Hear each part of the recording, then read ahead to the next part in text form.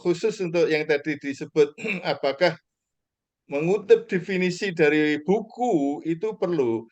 Saya menjawabnya sangat tidak perlu. Hmm. Sangat tidak perlu dengan dua alasan.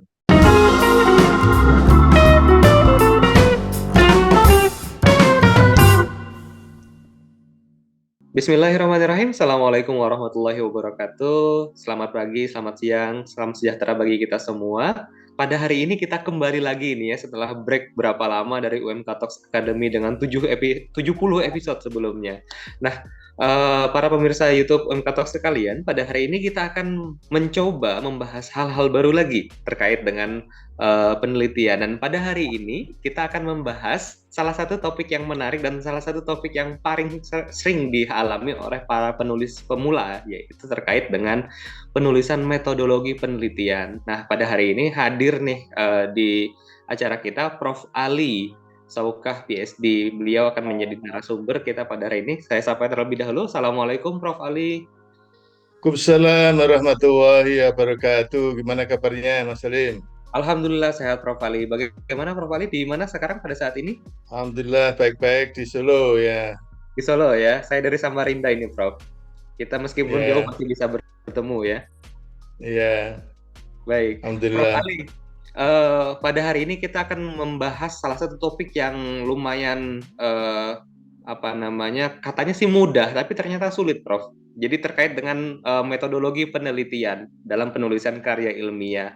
Ini sebenarnya juga salah satu pengalaman saya pribadi, Prof. Di mana pada saat saya kuliah S1, saya diajarkan kalau menulis metodologi penelitian itu kita harus sering dan banyak mengutip begitu, Prof, dari buku metodologi A, B, dan C. Kemudian kita masukkan ke dalam metodologi penelitian. Tapi ternyata pada saat saya mencoba untuk menulis karya tulis ilmiah, seringkali mendapat masukan dari reviewer tidak perlu menulis seperti ini katanya. Saya jadi bingung ini, Prof. Bagaimana sebenarnya cara penulisan metodologi yang tepat, terutama pada saat desain penelitian? Karena biasanya saya menulis, oh menurut si A desain itu seperti ini, seperti ini, seperti ini, dan biasanya itu sudah menjadi template begitu, Bro. Tapi ternyata beberapa masukan dari reviewer itu tidak perlu. Nah, ini saya jadi bingung ini, Prof. Seperti apa? Mungkin bisa Ya, memberikan begini. pencerahan. Ini kalau dari segi topik ya, metodologi penelitian atau metode penelitian, Mhm. itu bisa dilihat dari tiga hal ya. Pertama, yang pertama dalam konteks melakukan penelitian. Ya, jadi baru mau melakukan penelitiannya gitu. Mhm. Ya, jadi kalau baru mau melakukan penelitiannya itu memang betul-betul memang belum ada sesuatu yang mau ditulis, tapi rencana menjawab pertanyaan penelitian dalam kaitannya dengan melaksanakan penelitian. Yang kedua itu metodologi penelitian dalam konteks pembimbingan ya dengan para dosen pembimbing pada waktu menulis tugas akhir dalam bentuk skripsi, tesis, dan disertasi. Jadi Betul. artinya audiensnya bisa berbeda. Jadi menulis metode, bagian metode dari skripsi, dari tesis, dari disertasi, itu audiensnya adalah para pembimbing. Mhm. Audiensnya pada waktu akan ada ujian. Ya. Tapi sebetulnya audiens para para pembimbing, penguji ujian itu bisa saja dianggap mewakili audiens yang sifatnya itu masyarakat keilmuan, yang itu dalam konteks publikasi. Karena Mhm. pada dasarnya dalam menulis skripsi, tesis, disertasi itu juga sudah bisa diarahkan pada tujuan publikasi, sehingga cara memaparkannya walaupun itu nanti komunikasinya dengan para pembimbing, dengan para penguji, itu bisa saja dianalogkan dengan komunikasi dengan para pembaca. Ya, para pembaca setelah hasil penulisan skripsi, tesis, disertasi itu dipublikasikan. Dipublikasikan itu artinya kan Mhm. make it public ya, make it public menjadi milik publik, sehingga kalau kita menulis, bayangannya yang membaca itu adalah publik keilmuan yang Mhm. memang relevan dengan bidang ilmu dari jurnal ya, tempat hasil penelitian kita itu dipublikasikan. Jadi dalam konteks ini Mas Salim, lebih baik kita fokus kepada bagaimana skripsi, tesis, disertasi, atau penelitian-penelitian lainnya yang kemudian itu dilakukan berdasarkan katakanlah adanya dana, adanya sponsor, adanya peluang untuk melakukan penelitian itu langsung kalau ditulis. Jadi ini asumsinya sudah selesai penelitiannya. Mhm. Setelah selesai penelitiannya maka kemudian perlu ditulis dengan audience ya, dengan audience itu publik ya. Jadi artinya siapapun nanti yang akan membaca itu ya, ya yang kita kita bayangkan adalah bagi mereka itu yang menarik apa gitu. Hmm. Bukan bukan bukan kalau dalam konteks pembimbingan penulisan skripsi, tesis, disertasi, kadang-kadang konteksnya itu publik dalam artian para pembimbing, para penguji, itu melihatnya ini mahasiswa yang diuji, ini tahu apa gitu. Jadi yang karena ini konteksnya beda. Jadi menurut saya apapun sebetulnya audiensnya itu bagaimana kalau di dalam konteksnya itu diasumsikan sebetulnya yang mau dikatakan kepada publik tentang apa yang sudah dilaksanakan itu adalah metode itu apa. Ingat Mas Mhm. Salim bahwa pada dasarnya bagian metode itu tempat menceritakan bagaimana apa yang kita lakukan, bagaimana kita katakanlah misalnya mendefinisikan, bukan mendefinisikan ya, menyampaikan data apa sebetulnya yang ingin kita kumpulkan, bagaimana cara data itu dikumpulkan, apakah ada instrumen, dan instrumen itu bagaimana divalidasi, kemudian setelah itu terkumpul data, dan kemudian bagaimana kita akhirnya bisa menganalisis data itu untuk bisa menjawab pertanyaan penelitian.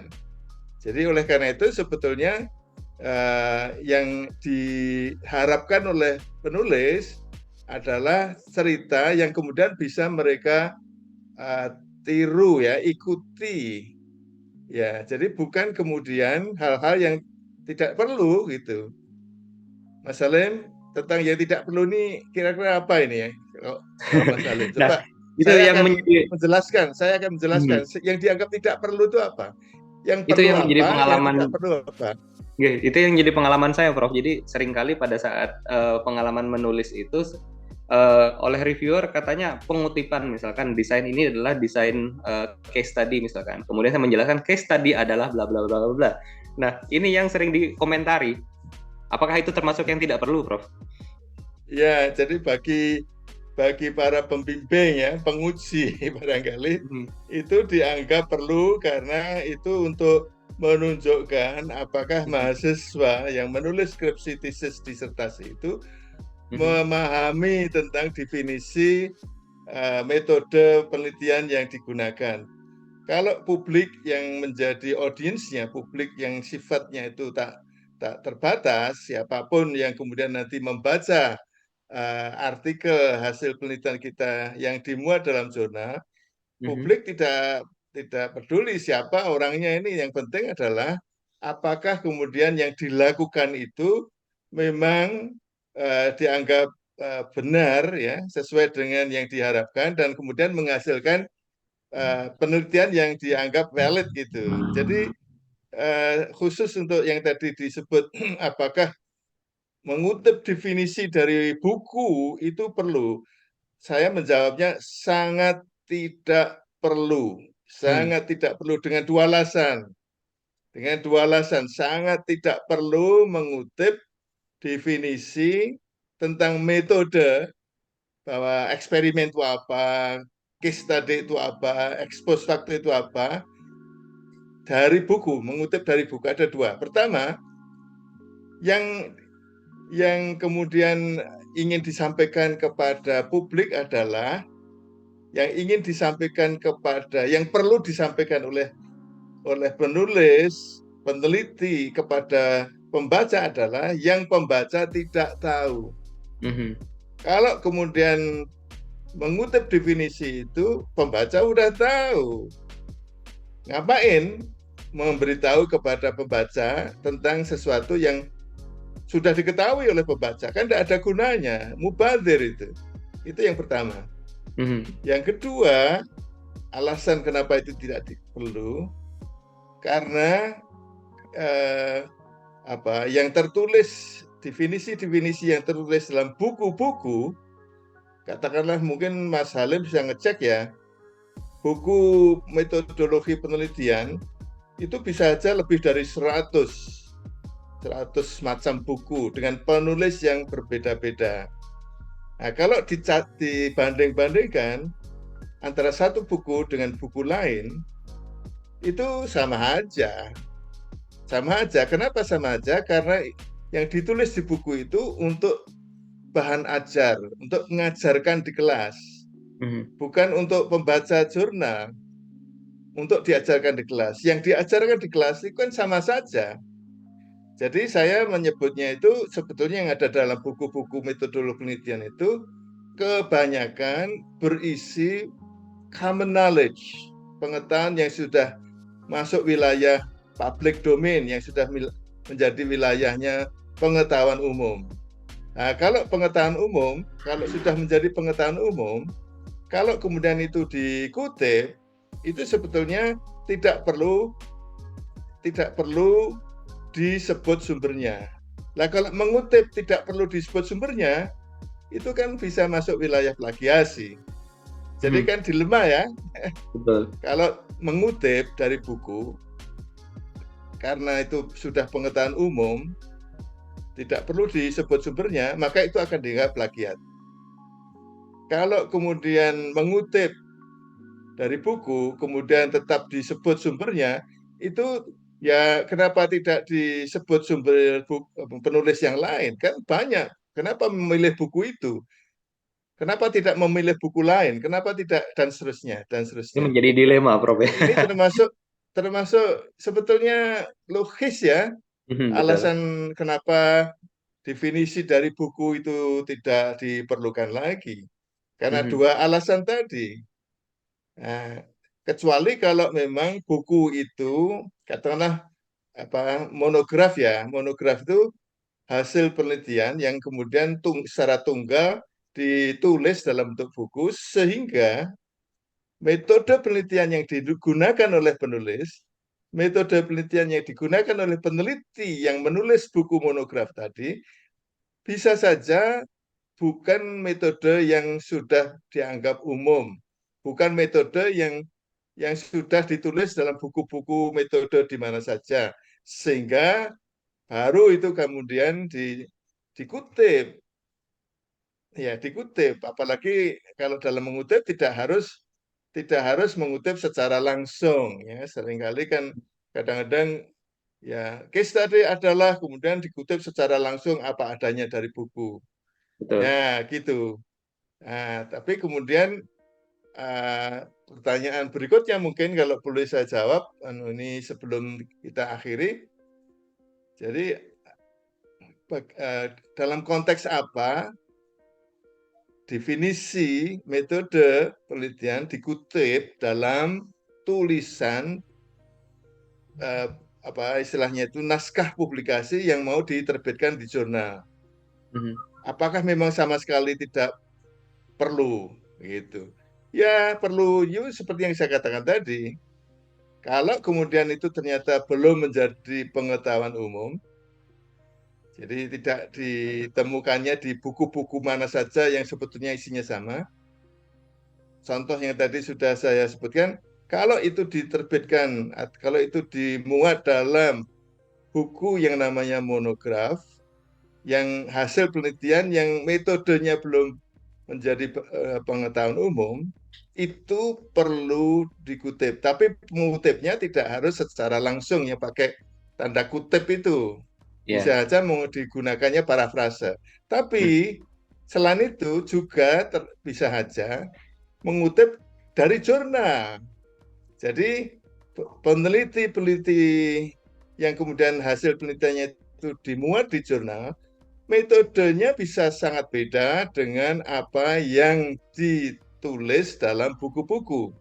Nah, kalau ini kemudian menginspirasi peneliti, penulis yang akan kemudian menuangkan bagaimana cara memaparkan metode tadi, bagaimana cara apa namanya melakukan penelitian, ya bahkan jadi artinya bukan definisi tetapi cara melakukan penelitian yang dilakukan oleh peneliti yang publikasinya, yang hasil penelitiannya itu dimuat di jurnal, itulah yang kemudian perlu ditulis ya, karena itu masih spesifik, masih hal yang baru, belum ada dalam buku.